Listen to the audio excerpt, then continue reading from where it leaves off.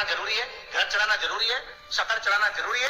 शिव महापुराण की कथा कहती है 5 चीजें शंकर भगवान पर चढ़ती है। दूध अर्थात घर में लक्ष्मी की वृद्धि करता है, इसलिए चढ़ाया जाता है। दही शंकर भगवान पर इसलिए चढ़ाते हैं क्योंकि यह परिवार को जोड़ता है। जिसके परिवार में क्लेश ज्यादा होता है, जिसके परिवार में आपस में तकरार ज्यादा होता है, उसको दही जोड़ता है। शहद घर में चिड़चिड़ प्रवृत्ति को समाप्त करता है। घी रोग को समाप्त करता है। शक्कर मिष्ठान घर में यदि लक्ष्मी आकर जा रही हो तो मिष्ठान समर्पित किया जाता है। इसलिए पंचामृत स्नान का भाव शिव महापुराण कहते हैं। पंचामृत स्नान भगवान, इसलिए 5 चीजें शंकर को समर्पित हैं।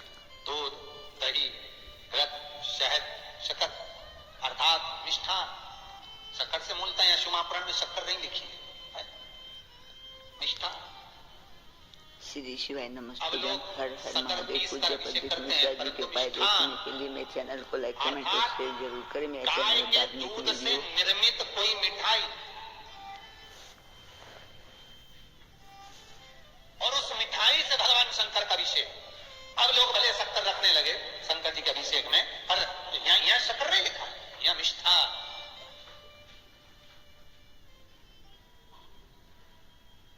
हमारे यहाँ साहित्य भाषा में कहते थे उसको खांड अर्थात मीठा। शिव महापुराण की कथा कहती है दर्पण इतना बड़ा ले लो। अगर दर्पण वाली नहीं तो इतना बड़ा दर्पण लो, हनुमान जी के मंदिर में जाकर, क्योंकि हनुमान शंकर का ही अवतार है। हनुमान जी के मंदिर में जाकर हनुमान जी के उल्टे पांव का थोड़ा सा सिंदूर, चरण का थोड़ा सा सिंदूर एक कागज में लेकर आ जाए। और हनुमान जी के छोटे भाई, हनुमान जी 6 भाई हैं, उसमें गतिमान, हनुमान जी के छोटे भाई गतिमान का नाम लो और गतिमान का नाम लेकर उस दर्पण पर सिंदूर से त्रिशूल बना दो। सिंदूर से त्रिशूल बनाकर उस दर्पण को घर के बाहर, दर्पण का मुख बाहर की ओर, ऐसे बाहर की ओर मुख कर दर्पण को घर के बाहर या दरवाजे पर, बिल्डिंग पर, ऊपर जाली में, फ्रंट में कहीं पर उसको लगा दीजिए। महाराज केवल शंकर का स्मरण कर गतिमान का नाम लेकर हनुमान के उल्टे पांव का सिंदूर का त्रिशूल बनाकर जो दर्पण को लगा देता है, आपको 1 महीने के अंदर अंतर मालूम पड़ जाएगा कि पिछले जो महीने निकले हैं उस महीने का अंदाजा लगाना कि घर में लोग कितने बीमार पड़ते थे और इस दर्पण को लगाने के बाद बीमारी कम हुई कि नहीं हो। श्री शिवाय नमस्तुभ्यम। हर हर महादेव। पूज्य प्रदीप मिश्रा जी ने बताया कि भगवान शंकर पर पंचामृत क्यों समर्पित किया जाता है। दूध, दही, शहद और मिष्ठान क्यों समर्पित करते हैं। दूध हमारे वंश को आगे बढ़ाता है, दही हमारे परिवार में एकता लाता है और शहद हमारे रिश्तों में मिठास लाता है। पूज्य प्रदीप मिश्रा जी के उपाय वीडियो देखने के लिए मेरे चैनल को लाइक कमेंट और शेयर जरूर कीजिएगा। मेरा चैनल है धार्मिक वीडियो पूनम शर्मा हरियाणा। हर हर महादेव। तो ठंडा कर देना, क्या जा रहा है, पर करके जरूर देखना। विश्वास रखकर करोगे, भगवान शिव का अनुमोदन कर भगवान शंकर पर विश्वास रखकर करोगे तो बीमारी घेर नहीं सकती। अकाल मृत्यु हो मरे जो काम करे चंडाल का, काल उसका क्या बिगाड़े जो भक्त हो महाकाल का। शंकर की आराधना करने वाला, शिव का स्मरण करने वाला, शिव का निवेदन करने वाला, शिव अर्चना में डूबने वाला, शिव का अनुमोदन करने वाला कभी दुखी नहीं हो सकता।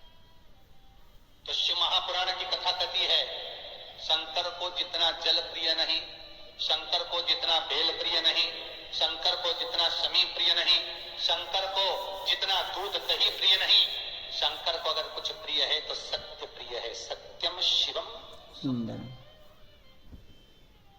इसीलिए हमारे यहाँ शास्त्र कहता है ब्रह्मा जी केतकी के फूल को लेकर आए, उसने झूठ बोला। ब्रह्मा जी गाय को लेकर आए, शंकर भगवान के सम्मुख में झूठ बोला। ब्रह्मा स्वयं झूठ बोले तो सिर कटा। कर्मनाशा नदी प्रकट हुई। और शिव महापुराण की कथा कहती है शंकर को सत्य प्रिय है, अगर झूठ बोला है। इसीलिए शिव महापुराण का स्पष्टीकरण किया जाए, वर्णन किया जाए तो पहले के समय में अदालत नहीं होती थी, पहले के समय में पंचायत नहीं हो सकती थी, पहले के समय में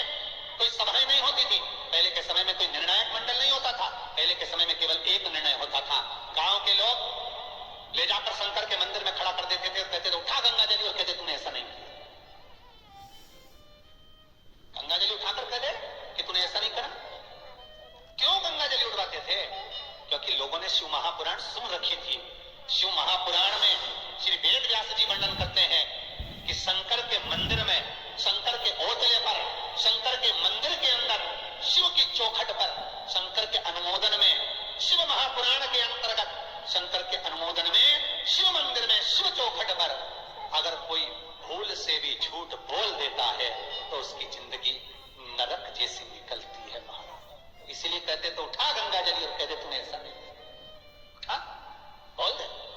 आपके भी जीवन में अगर किसी को कष्ट है, फिर निवेदन करूंगा, मंदिर में अगरबत्ती भले मत लगाओ, मंदिर में दीप भले मत जलाओ, मंदिर में पेड़ा भले मत चढ़ाओ। अगर आपके मोहल्ले में, आपके पड़ोस में, आपके परिवार में, आपके नजदीक में अगर कोई दुखी है, कष्ट में है, उसको यदि प्रेम की पानी भी बोल लिए, एक रोटी भी प्रेम की खिला दी, किसी के चेहरे पर इस्माइल ला दी, तो मंदिर में दिया जलाने के बराबर है। करके अश्रु से है शमी पत्र उमा और महेश्वर, भगवान शंकर के विग्रह के सुख से जो जल प्रकट हुआ है, उस जल से शमी की उत्पत्ति है महाराज। दोनों के मिलन से, दोनों के मिलन से। जैसे एक मुखी से लेकर 14 मुखी तक रुद्राक्ष होते हैं। आपको पहले भी कथा में कहा, एक मुखी से लेकर 14 मुखी तक रुद्राक्ष होते हैं। सभी रुद्राक्ष का अपना अपना एक मंत्र होता है, अपनी अपनी एक साधना होती है जिसके अनुसार रुद्राक्ष काम करता है। एक मुखी रुद्राक्ष लक्ष्मी की वृद्धि के लिए होता है। कभी मौका मिले तो एक मुखी रुद्राक्ष का दर्शन करना। पर एक मुखी रुद्राक्ष जितना छोटे से छोटा होता है, जितना छोटे से छोटा होता है, उतना सुख देता है। एक मुखी रुद्राक्ष लक्ष्मी की वृद्धि के लिए होता है, कार्य सिद्धि के लिए होता है। कोई भिखारी से भिखारी, गरीबड़े से गरीबड़ा भी अगर धारण कर ले, उसके घर में एक मुखी रुद्राक्ष अगर प्रवेश कर जाए तो सुख का अनुभव करा देता है, संपदा का अनुभव कराता है, सरस्वती का भाव प्रकट करता है, वैभव का भाव देता है। एक मुखी रुद्राक्ष का मंत्र है ओम ह्रीं नमः, ओम ह्रीं नमः। ये लक्ष्मी के लिए होता है। दो मुखी रुद्राक्ष बांधा को हरता है।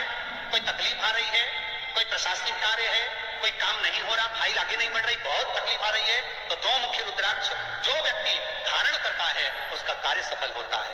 दो मुखी रुद्राक्ष का मंत्र है ओम नमः। दो मुखी रुद्राक्ष का शिव महापुराण में जो मंत्र दिया है ओम नमः।